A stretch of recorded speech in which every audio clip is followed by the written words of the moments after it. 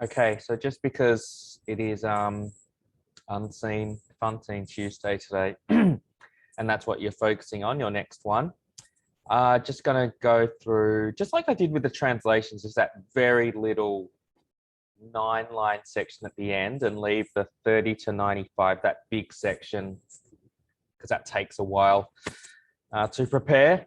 Leave that till last. So that's just the last thing we have to do. So this, as I said, is everything which was already identified, and then any additional techniques which are in the middle of your blue book, and also this additional individual book 2 blue book, which has a lot of repetition, but just it's not sure. It's yeah, they're by different people. Yeah, so so just a different commentary. So some things are same, some additional things, but that's generally where a lot of notes or a lot of information on potential questions can come from. That's why I consult them. So anyway, the end of Aeneas's story of the nighttime attack of Troy, which appropriately ends with the dawn of the day after. So not much to go here. It's going to be very short because it's only covering 9 lines. So yeah, so just here with the, as I said, I don't write a syndeton every single time, but that will just draw attention to the people who are having to flee, and just their whole plight, and that, as you can see, they were that they were all types of people, so mothers and men, and overall just all sorts of people, yeah, and that they're all together, they're all gathered together, and just what they were having to do. So just their collective fate, and that they were, yes, a sad crowd. So just they're all together, all types of people, you could say resigned to their fate, and with Aeneas as their leader, all having to just move forward, and unable to go back to their home, which they have irrevocably lost. So yeah, and that's emphasized in the next line too, them just all coming together, all as one, no matter what sort of person they were, male, female, young, old, etc.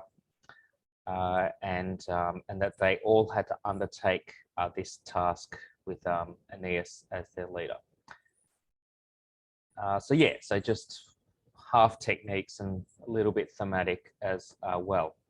Oh yeah, and then it says, into whatever lands I may wish to lead them on the open sea, so that they so yeah, Aeneas, he is resigned that that Troy cannot be saved, or convinced, and yeah, just knows that he can't, and that's not his duty anyway, that his duty is to lead his people to a new Troy in another land across the sea, as are told to him in apparitions, in prophecies, etc., etc.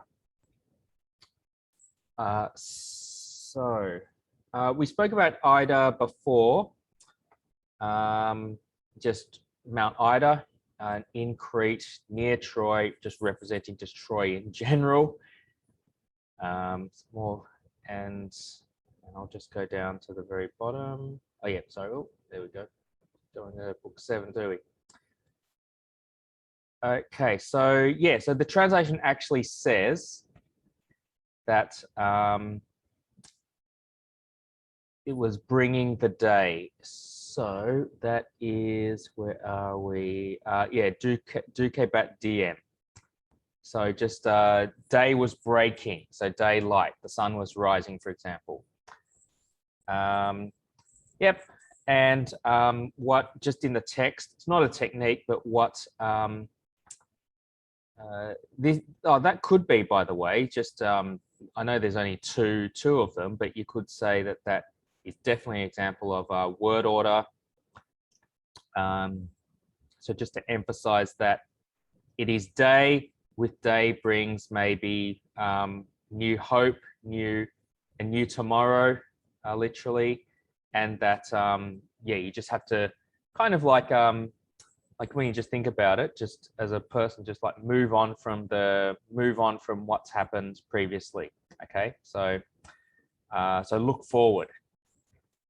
So with duque bat diem, yeah, the verb is first, and just emphasizes that yeah, a new phase of time has been entered. That is day, as opposed to the tragedy of the night before. And then yeah, and also Dana'i straight after it as well. So that's not in the book. It's but you can see it. So yeah, so just that what has that has happened, and also that they must move forward, because as it says in the next line, the Greeks held the gates blockaded, no hope of help given. So yeah, as I've been saying, they cannot look back. They cannot go back to their city. So it's held by the Greeks. And then, yeah, so the next, I guess, yeah, well, there's only one verb in this, before the conjunction here. But yeah, lines don't necessarily line up with sentences. Lines don't necessarily line up with sentences. So so yeah, so it could possibly be significant that that Aeneas has accepted that he cannot save his old Troy, because the Greeks are holding the city now, and that also echoes Anchises yielding before having seen the omen from the gods.